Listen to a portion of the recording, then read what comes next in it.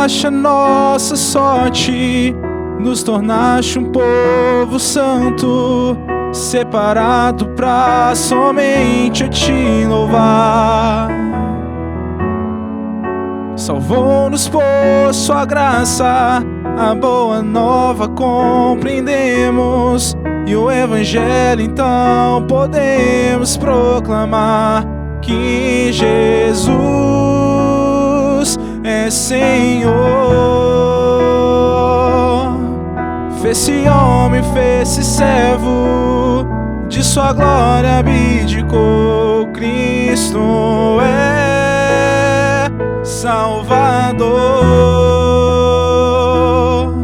Sendo rei se fez cordeiro, com seu sangue nos comprou.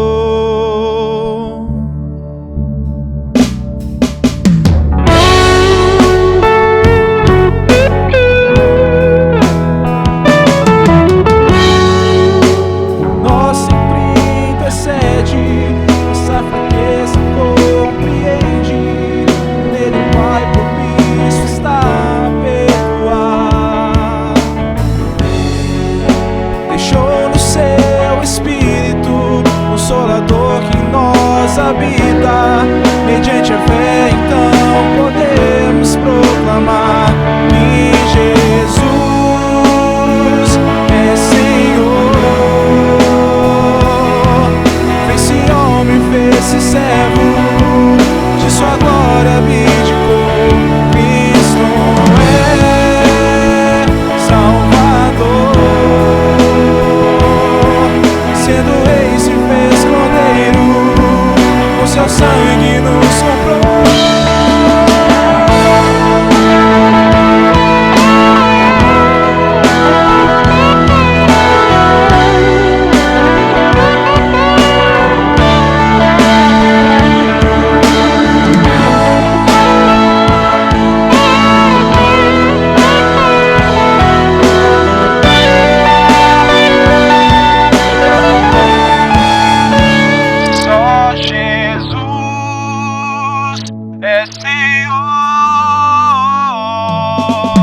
Fez-se homem, fez-se servo, de sua glória abdicou. Cristo é Salvador. Sendo rei se fez cordeiro, com seu sangue nos comprou. Só Jesus é Senhor.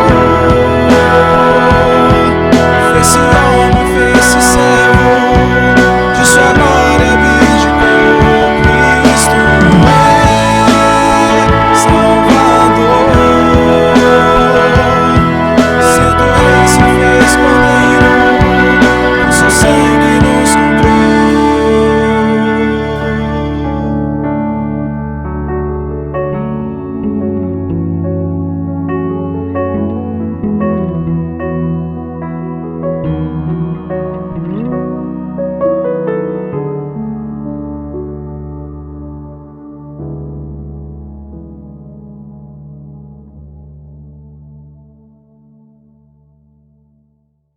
Graça e paz. Eu convido os irmãos a abrirem a palavra de Deus no livro de Gênesis, capítulo 50, versículos 15 a 26. Gênesis 50, capítulo 50, versículos 15 a 26. Está escrito desta forma: vendo os irmãos de José que seu pai já era morto, disseram: é o caso de José nos perseguir e nos retribuir certamente o mal todo que lhe fizemos. Portanto, mandaram dizer a José: teu pai ordenou antes da sua morte, dizendo: assim direis a José: perdoa, pois, a transgressão de teus irmãos e o seu pecado, porque te fizeram mal. Agora, pois, te rogamos que perdoes a transgressão dos servos do Deus de teu pai. José chorou enquanto lhe falavam. Depois vieram também seus irmãos, prostraram-se diante dele e disseram-lhe: eis-nos aqui por teus servos. Respondeu-lhes José: Não temais, acaso estou eu em lugar de Deus? Vós, na verdade, intentastes o mal contra mim, porém Deus o tornou em bem, para fazer, como vedes agora, que se conserve muita gente em vida. Não temais, pois eu vos sustentarei a vós outros e a vossos filhos. Assim os consolou e lhes falou ao coração. José habitou no Egito, ele e a casa de seu pai, e viveu 110 anos. Viu José os filhos de Efraim até a terceira geração, também os filhos de Maquir, filho de Manassés, os quais José tomou sobre seus joelhos. Disse José a seus irmãos: eu morro, porém Deus certamente vos visitará e vos fará subir desta terra para a terra que jurou dar a Abraão, a Isaque e a Jacó. José fez jurar os filhos de Israel, dizendo: certamente Deus vos visitará e fareis transportar os meus ossos daqui. Morreu José, da idade de 110 anos, embalsamaram-no e o puseram num caixão no Egito. Oremos. Senhor, obrigado pelo privilégio e oportunidade de pregar a Tua palavra. Abençoa todos os irmãos que estão reunidos em seus respectivos lares. Que a Tua palavra venha gerar fruto na vida de cada um deles e na minha também. Te louvamos em nome de Jesus. Amém. Meus amados, estamos aqui diante de um texto que se encontra no livro de Gênesis. O autor deste livro é Moisés. Ele escreveu aproximadamente há 1450 anos antes de Cristo. O livro de Gênesis engloba uma boa parte da história da humanidade.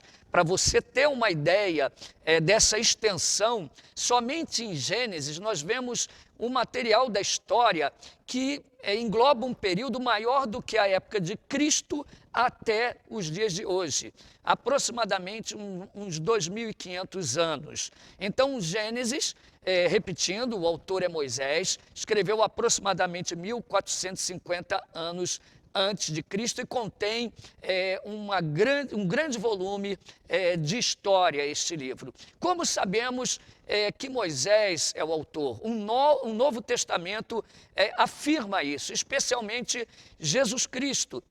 Você pode conferir nos textos que eu vou passar para você aqui e aí na sua casa você depois pode verificar. Mateus, capítulo 8, versículo 4, também o capítulo 19, o versículo 8, 22, 24, Marcos, capítulo 7, versículo 10, capítulo 10, versículos 3 e 4, capítulo 12, versículo 19 e 26, Lucas 2, 22, 5, 14, também João 1, 17, Atos 7, 38, 1 Coríntios 9, 9, 2 Coríntios 3, 15, enfim, existem inúmeros textos que confirmam a autoria mosaica do livro de Gênesis. Não é nosso objetivo pormenores como esse, mas vamos avançar no texto. Basta você saber que Moisés, ele é o autor. Ele escreveu isso durante o período do Êxodo, né, quando o povo caminhava pelo deserto para Canaã. Então, o livro de Gênesis foi escrito durante esse período, não somente Gênesis, mas todo o Pentateuco, ou seja, os 5 primeiros livros da Bíblia, que compõem o que os judeus chamam de Torá, ou a lei. Então, a lei de Moisés abrange os 5 primeiros livros da Bíblia, e Gênesis é o primeiro desses livros. Na Torá está a base para todo o restante do Antigo Testamento. Então, quando você pensa em Torá, os 5 primeiros livros da Bíblia, você tem aí em suas mãos a base para todo o restante do Antigo Testamento. Inclusive, a aprovação de Deus em relação aos reis de Israel e a conduta do povo e a aprovação de Deus em relação aos sacerdotes estava baseado no livro da lei. Então, é muito importante essa porção das Escrituras e Gênesis faz parte dessa porção. O título Gênesis vem do próprio assunto do livro, que trata do começo, do início da criação, do início da humanidade, o início da vida. Gênesis trata de começos, vamos assim dizer, de início. Então, o próprio nome está relacionado ao conteúdo do livro. Mas a palavra Gênesis, no grego, significa início, começo. O nome do livro no hebraico vem da primeira palavra que está escrita em Gênesis, Bereshit, ou seja, no princípio. No hebraico, então, esse livro chama-se No Princípio, Bereshit.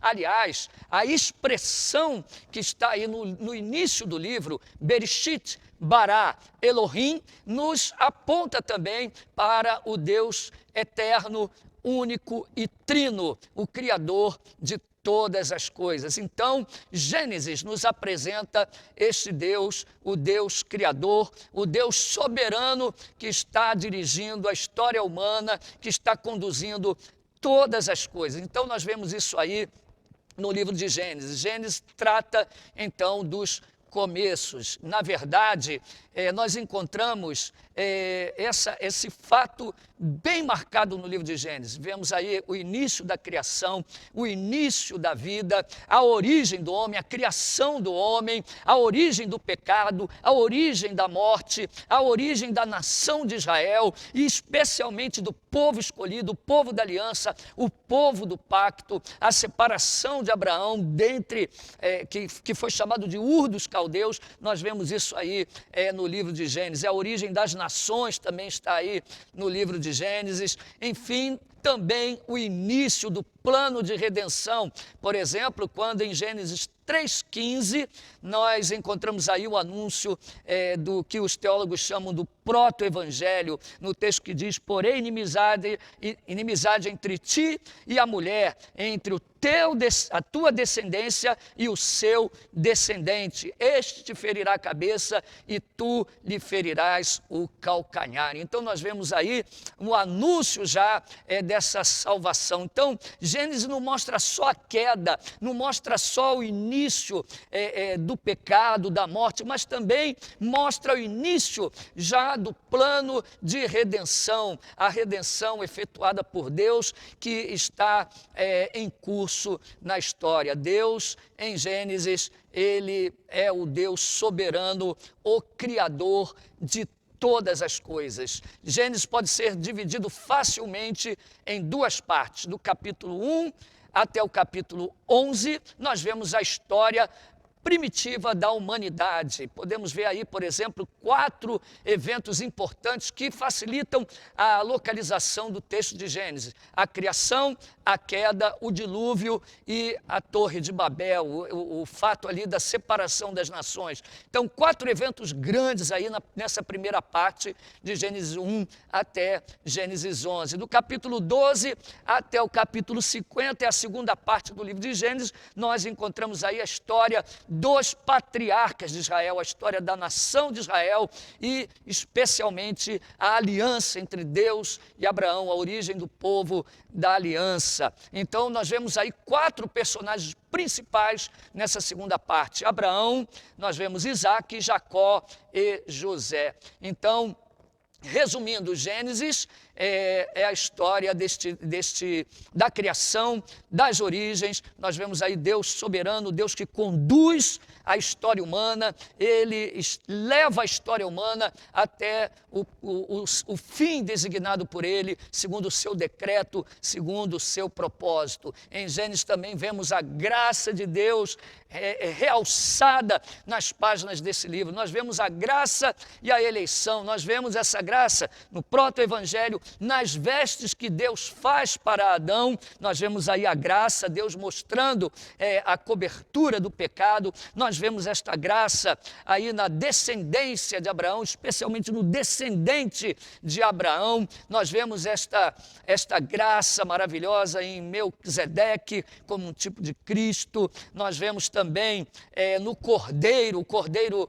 Pascual, né, o Cordeiro que aponta para Jesus Cristo. Nós vemos aí esta graça maravilhosa, vemos aí a graça na bênção, por exemplo, de Jacó sobre os filhos de José, quando ao invés de seguir a ordem natural e Manassés ser abençoado primeiro, nós vemos Efraim sendo abençoado primeiro. Nós vemos aí a eleição de Deus no próprio Jacó, Jacó, ele é escolhido por Deus. Enfim, nós vemos tudo isso no livro de Gênesis, esse livro tão importante. Vemos a graça de Deus abrindo o ventre de mulheres estéreis, como Sara, como Rebeca, como Lia. Deus é o Deus que faz milagres, que dá filho àquela que era estéril. Então nós vemos isso tudo aí em Gênesis. Isso serve aí de impulso para a nossa pregação. Então, Gênesis, resumindo, é o livro do Deus soberano, o Deus criador, o Deus que dá a origem a todas as coisas a partir do nada. Chegamos aí à nossa perícope, que está em Gênesis capítulo 50, foi o que nós lemos aí, do versículo 15 até o versículo de número 26. Essa perícope também encerra o livro de Gênesis, encerra este capítulo 50. Nós vamos dividir esse sermão em 3 partes. A primeira parte nós falaremos sobre a atitude dos irmãos de José, no capítulo 50, versículos 15 a 18. A segunda parte é a resposta de José à postura dos irmãos dele. Essa resposta está no capítulo 50, versículos 19 a 21, e por fim, a morte de José e o final do livro de Gênesis, no capítulo 50, versículos 22 até o versículo de número 26. Então, essa é a divisão da nossa pregação, nessas 3 partes, e nós vamos começar a trabalhar nesse texto, na primeira parte, que está na atitude dos irmãos de José, nos versículos 15 a 18. Acompanhe comigo. Vendo os irmãos de José que seu pai já era morto, disseram: é o caso de José nos perseguir e nos retribuir certamente o mal, tudo que lhe fizemos.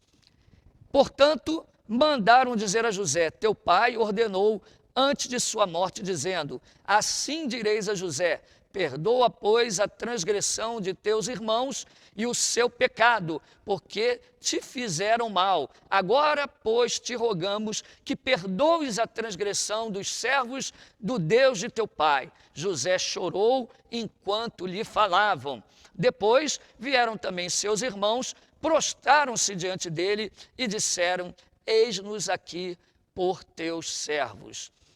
Nós vemos aí que os irmãos de José temiam a atitude que José teria para com eles após a morte de seu pai Jacó. Esse medo provavelmente é porque eles ainda não conheciam o controle deste Deus sobre todas as coisas. Eles não conheciam ainda a soberania de Deus sobre tudo, sobre toda a situação que envolvia a vida de José e a própria vida deles. Quando nós não levamos em conta o controle de Deus e a sua soberania, nós tememos as coisas que estão ao nosso redor. E os irmãos de José, eles não conheciam profundamente ao Deus de Jacó, o pai deles. Eles imaginavam também que José faria com eles o mesmo que eles fizeram com José, pagando mal com mal. Eles estavam imaginando que após a morte de Jacó, José se vingaria do que eles fizeram. Lembrando a história de José, os seus irmãos o venderam como escravo. Os seus irmãos agiram com crueldade e José passou grandes lutas, grandes dificuldades, até que Deus o colocou como primeiro-ministro, vamos assim dizer, de todo o Egito, uma posição de destaque abaixo apenas do faraó. Portanto, agora os seus irmãos estão temendo, eles estão com medo de José agir da mesma forma, pagando mal com mal. Eles estavam com medo de uma vingança de José.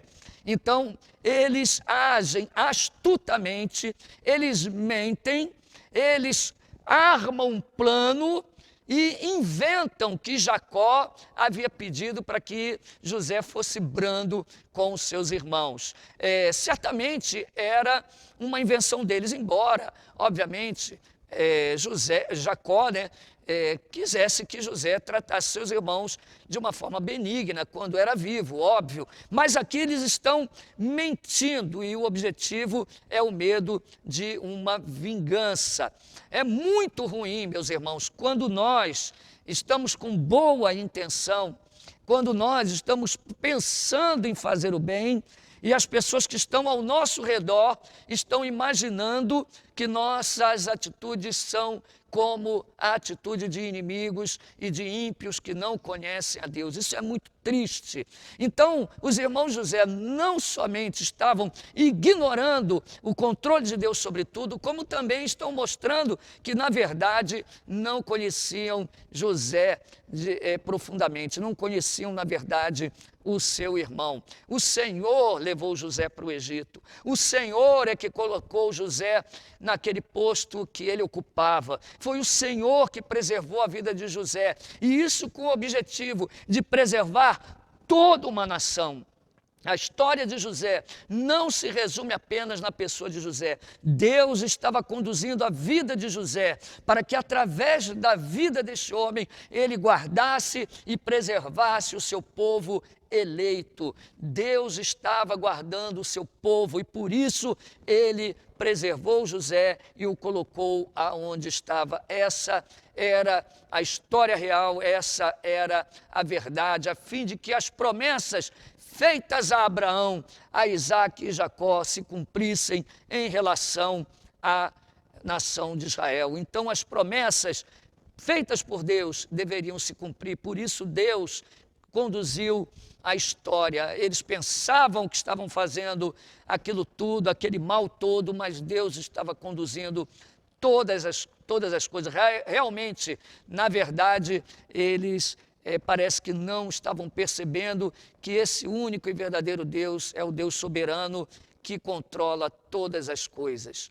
Deus está no controle. Por exemplo, em Gênesis capítulo 37, diz o seguinte: teve José um sonho e o relatou aos seus irmãos, por isso o odiaram ainda mais, pois lhes disse: rogo-vos, ouvi este sonho que tive. Atávamos feixes no campo, e eis que o meu feixe se levantou e ficou em pé, e os vossos feixes o rodeavam e se inclinavam perante o meu. Então lhe disseram seus irmãos: reinarás com efeito sobre nós, e sobre nós dominarás realmente? E com isso, tanto mais o odiavam por causa dos seus sonhos e de suas palavras. Repare Deus conduzindo a história, que agora se cumpre em Gênesis 50, versículo 18. Seus irmãos se dirigem até ele e se inclinam perante José. Veja bem, não é apenas uma reverência e o reconhecimento da posição de José, muito mais do que isso. Esse versículo de Gênesis 50, 18 mostra que Deus é aquele que cumpre as suas promessas. O Senhor já havia dito a José isso através de sonhos, e agora a sua palavra se cumpre. Deus cumpre verdadeiramente aquilo que ele anuncia através da sua palavra. Na parte 2 do nosso texto, nós vemos agora a resposta de José diante do que os seus irmãos fizeram, da atitude deles. A resposta de José está nos versículos 19 a 21. Diz assim a palavra de Deus: respondeu-lhe José: não temais, acaso estou eu em lugar de Deus? Vós, na verdade, intentastes o mal contra mim, porém Deus o tornou em bem, para fazer, como vedes agora, que se conserve muita gente em vida. Não temais, eu vos sustentarei, a vós outros e a vossos filhos. Assim os consolou e lhes falou ao coração. Repare bem a diferença entre a atitude de José e a atitude dos irmãos dele.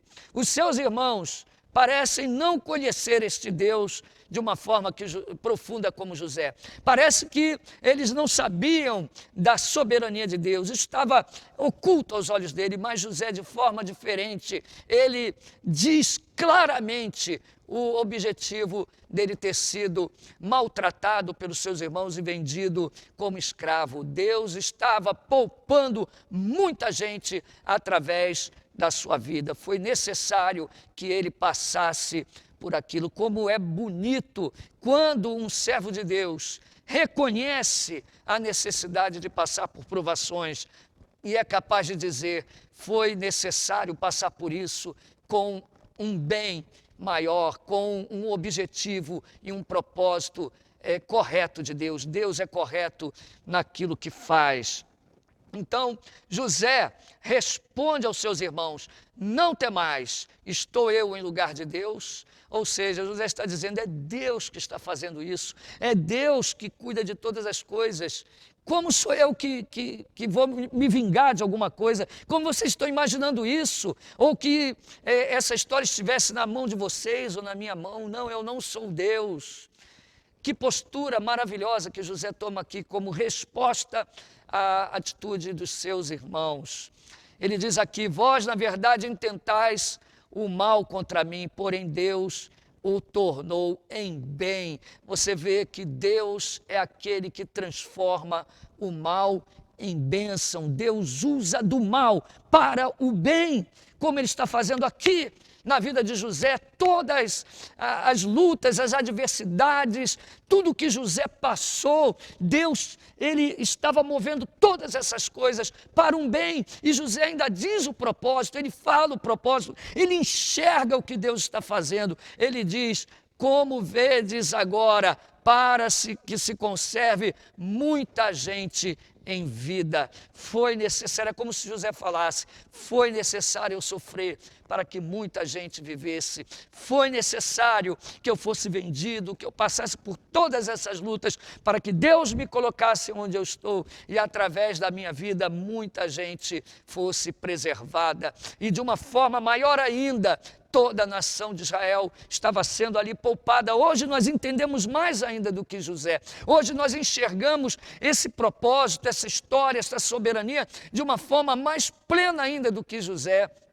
Porque nós vemos que Deus poupou o seu povo para que através do descendente de Abraão, através desta aliança que Deus fez com Abraão, Cristo Jesus viesse ao mundo para juntar judeus e gentios em um só povo, o seu povo, o povo da aliança. Então nós vemos de uma forma ainda mais plena tudo isso que aconteceu. Então José, ele reconhece a soberania de Deus, ele reconhece a direção de Deus em todas as coisas, até no mal que veio sobre ele, e ele tenta consolar o coração dos seus irmãos, encerrando o versículo 21, dizendo: não temais, pois eu vos sustentarei a vós outros e a vossos filhos. Assim os consolou e lhes falou ao coração. Eles, com medo de José se vingar, inventam algo, trazem até José, falam algo para José, pensando em uma possível vingança, mas José consola o coração deles e diz: não temais, não fiquem com medo, vocês serão guardados, eu guardarei vocês aqui no Egito. Então você vê a direção de Deus na vida do seu povo. Ele está cuidando da sua nação e do seu povo, dos seus eleitos ao longo de toda a história. E o final do livro, nós vemos aí a morte de José no final da nossa perícope, que encerra também o livro de Gênesis, capítulo 50, versículos de 22 a 26, que diz assim: José habitou no Egito, ele e a casa de seu pai, e viveu 110 anos. Viu José os filhos de Efraim até a terceira geração. Tomou os filhos de Maquir, filho de Manassés, os quais José tomou sobre seus joelhos. Disse José a seus irmãos: eu morro, porém Deus certamente vos visitará e vos fará subir desta terra para a terra que jurou dar a Abraão, a Isaque e a Jacó.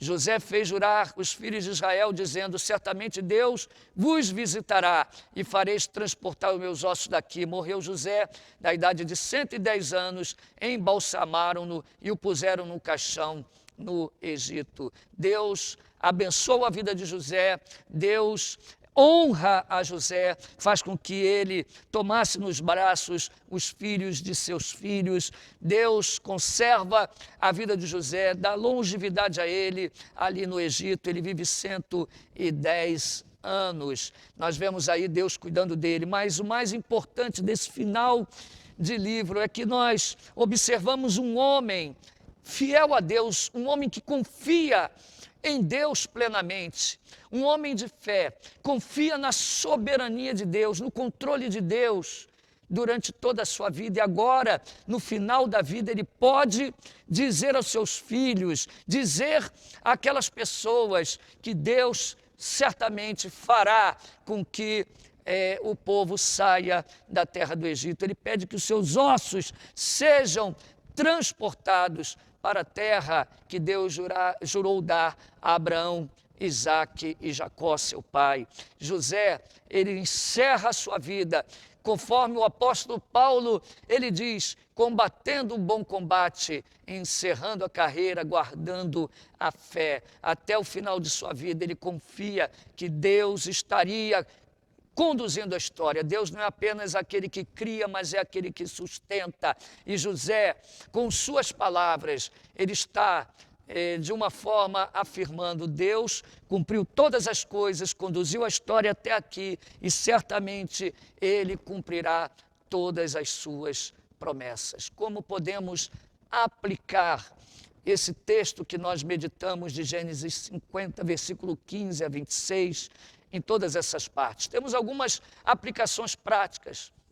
Por exemplo, não pagar o mal com o mal, usar da mesma graça para com os nossos amigos e também inimigos, usar da mesma graça que Deus teve para conosco, perdoando e amando. São lições práticas. Porém, podemos ir muito além dessas noções práticas. E eu quero aqui trazer, no mínimo, 4 aplicações nesse texto para nós aqui nesses dias. Primeiro, devemos contar e confiar plenamente na soberania de Deus. Ele está no completo controle de toda a história, tanto da humanidade, quanto do nosso país, quanto da nossa vida.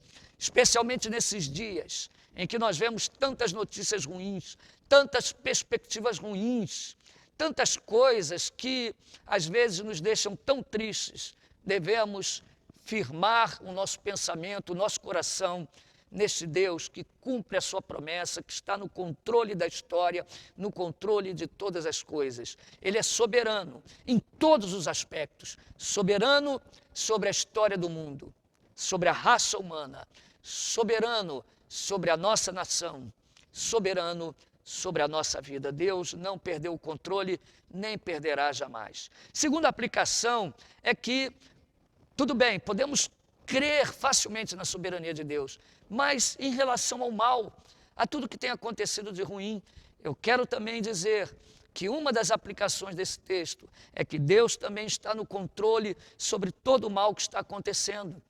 Essa pandemia, todas as notícias ruins, rumores de golpe, disso, daquilo, que são coisas tão difíceis para nós como cristãos, ameaças de perseguição, tantas coisas, mas Deus está também no controle de tudo isso. Assim como a vida de José sofreu tantas lutas, tantas tristezas, mas José reconheceu que Deus estava dirigindo tudo isso para um bem. Deus é aquele que transforma o mal em bênção, Ele transforma o mal em bem.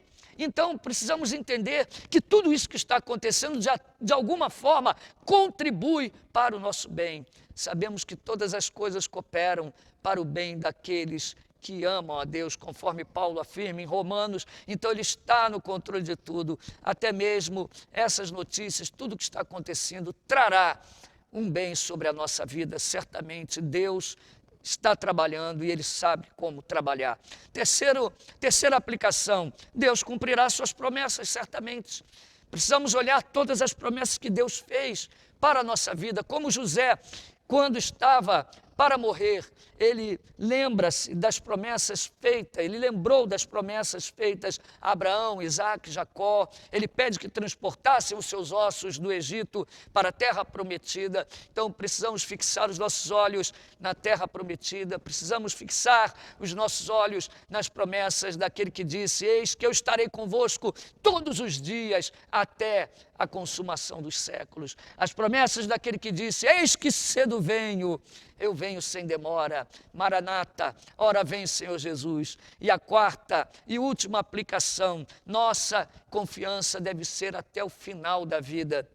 Assim como José permaneceu firme até o fim, que nós, todos nós, confiemos em Deus até a morte.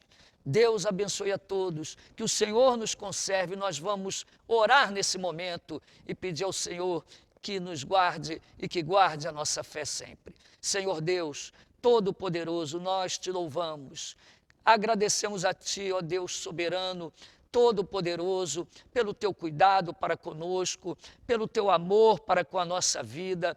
Ó Senhor, nós te louvamos, bendizemos o Teu nome, Senhor, porque Tu és o Deus que está no controle de todas as coisas, o Deus Criador, o Deus sustentador e que certamente cumprirá as promessas que fez a cada um de nós. Conserva a nossa fé, conserva a nossa vida até o final, na Tua presença, Senhor, como José, Senhor, que possamos lembrar de tudo aquilo que o Senhor prometeu à Tua igreja. Senhor, obrigado, e que possamos colocar em prática tudo aquilo, Senhor, que ouvimos aqui neste momento. Obrigado por esse texto, obrigado por esse dia, te louvamos em nome de Jesus. Amém. Que a maravilhosa graça de nosso Senhor e Salvador Jesus Cristo, o amor de Deus, a comunhão e as doces consolações do Espírito Santo estejam com todos os irmãos.